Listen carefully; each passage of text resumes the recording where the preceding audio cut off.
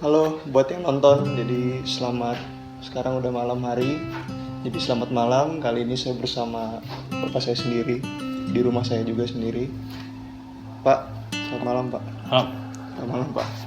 Jadi demi tugas jurnalis saya Pak, ada yang ingin saya tanyakan nih untuk reportase. Ya. Jadi seiring masih berjalan sampai sekarang wabah epidemi corona, di mana kita tahu kalau kita baca datanya tuh ada sekitar ribuan kasus. Kalau nggak salah sekarang udah 500-an orang yang kena positif, terus udah puluhan orang meninggal juga, yang negatif banyak banget. Jadi menurut Bapak tuh gimana Pak tentang adanya virus corona yang menyebar ini Pak? Oke, saya pikir tidak perlu terlalu ditakutkan, tidak perlu terlalu dirisaukan. Walaupun itu sudah mengglobal, tapi kalau kita lihat presentasenya sampai saat ini, kita bilanglah kemampuan membunuhnya itu baru hanya 2%.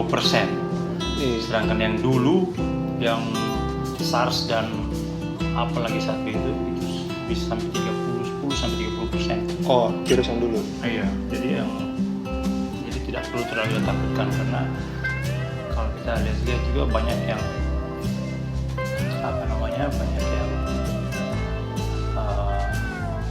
orang yang sakit itu justru sudah stres duluan dengan informasi yang mereka dengar dan baca dari TV maupun dari gadget.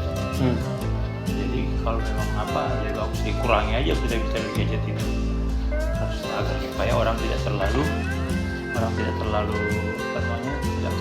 gusar, justru dikasih tahu hal-hal yang positif Untuk pencegahannya. Iya, pencegahannya bagaimana itu lebih bagus lebih di blow up, bagaimana caranya mencegah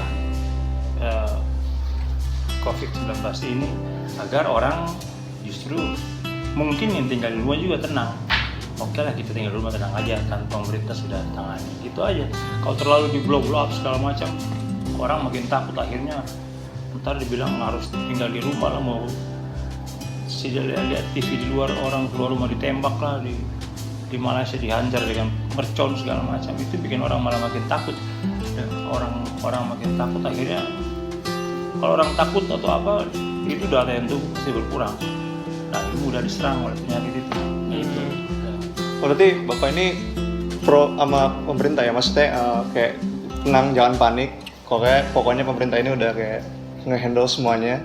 Jadi kalau perlu kasih kita berita yang positif-positif aja, nggak usah banyak yang kayak udah menyebar nih, bahaya nih, udah kena segini, udah sampai daerah sini, itu lebih dikurangi ya Pak, bukan nggak usah dikurangi. Iya, lebih bagus itu dikurangi. Dan memang nggak bisa ditahan, memang kan bebas orang hire melalui WA, melalui FB, melalui IG, itu orang bebas. Tapi kan, dan hari ini dia bikin berita begini, besok sorry ini hoax ya. Jadi banyak berita yang begitu.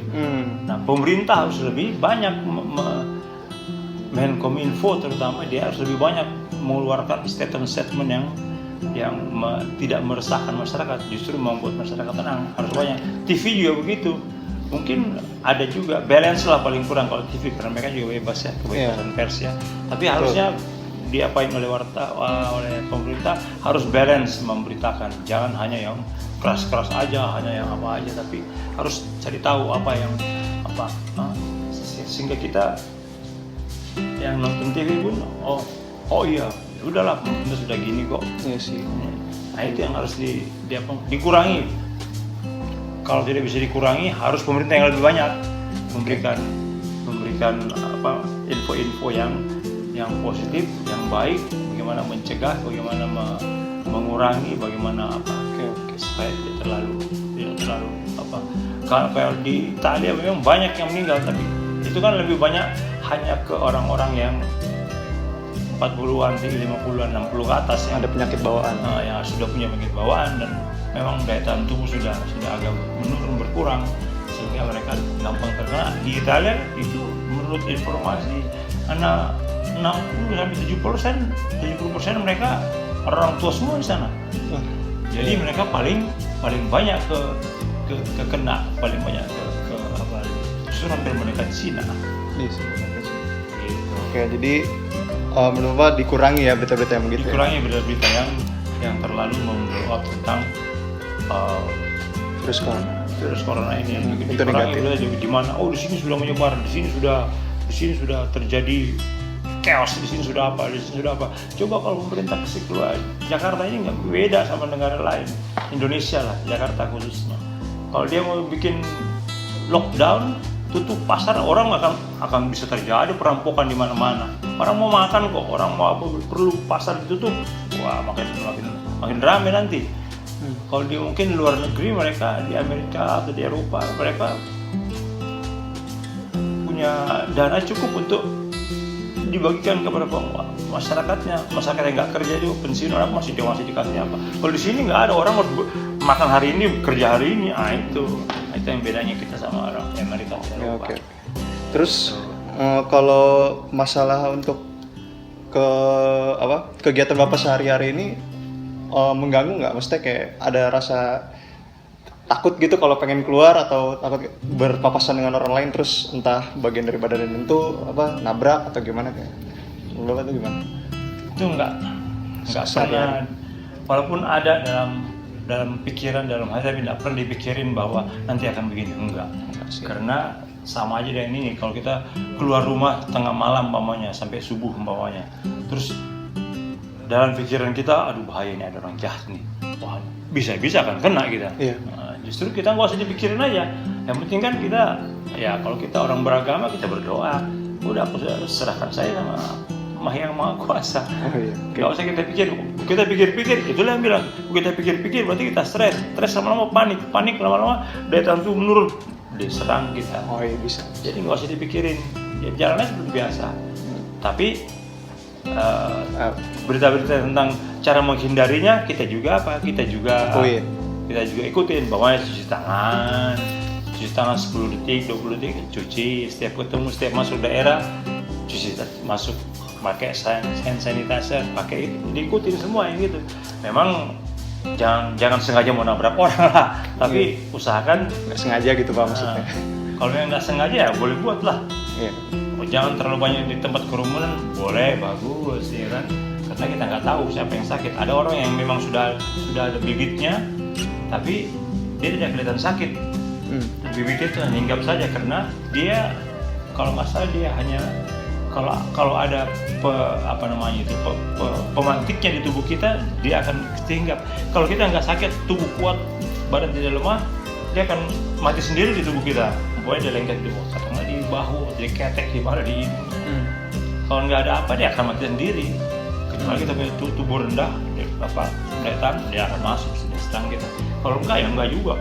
Nah, karena kita nggak tahu orang begitu, apakah dia, masa kita mau jual tuh, jangan apa ini? Kalau ada kena jangkit nih, wah itu akhirnya menimbulkan ketakutan di gitu. Jalan seperti biasa aja, asal jangan sengaja ditabrak lah. Gitu aja. Nggak sampai segitunya lah. Oke. Nah, iya lah, apa. Oke, kayaknya itu aja nih Pak yang bisa saya tanya. Oh, yang untuk terakhir, yang buat terakhir nih, kayak ada saran atau apa nggak buat pemerintah atau kritik atau saran kayak apalah biar yang bisa kita perbuat atau apalah yang harus pemerintah perbuat supaya ya kita nih lebih sigap atau lebih ya tenang lah dalam menghadapi situasi-situasi kayak gini, menghadapi wabah ini. Iya, itu aja saya kira yang selama ini dilakukan sudah cukup baik. Presiden sering keluar di TV memberi perintah, memberi info mengenai harus begini, sudah cukup bagus yang mereka lakukan. Tinggal kita juga sebagai warga ya jangan terlalu banyak kritik. Apa lu udah kerja apa? Lu mau kritik orang pemerintah?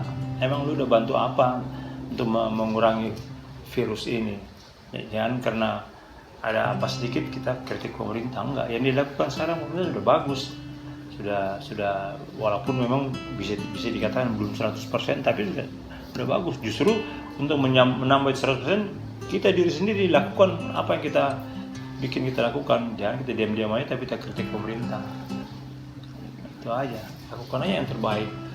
Kalau kita sudah lakukan yang terbaik untuk diri kita, otomatis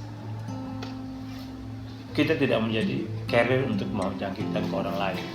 Nah, itu. Pemerintah lakukan sudah bagus lah, sudah. Tinggal mungkin diperbanyak, yang saya bilang tadi, diperbanyak berita-berita dari Menkominfo ini yang menguasai dalam komunikasi cyber itu. Mereka justru yang lebih banyak. Kalau dari luar bisa kasih 1.000, mungkin dia harus kasih 5.000 supaya mengcounter dan menghalangi menahan berita-berita yang tidak bagus itu. Harus lebih banyak dari Menkominfo ya. Itu mereka kan yang punya berkuasa terhadap segala macam apa.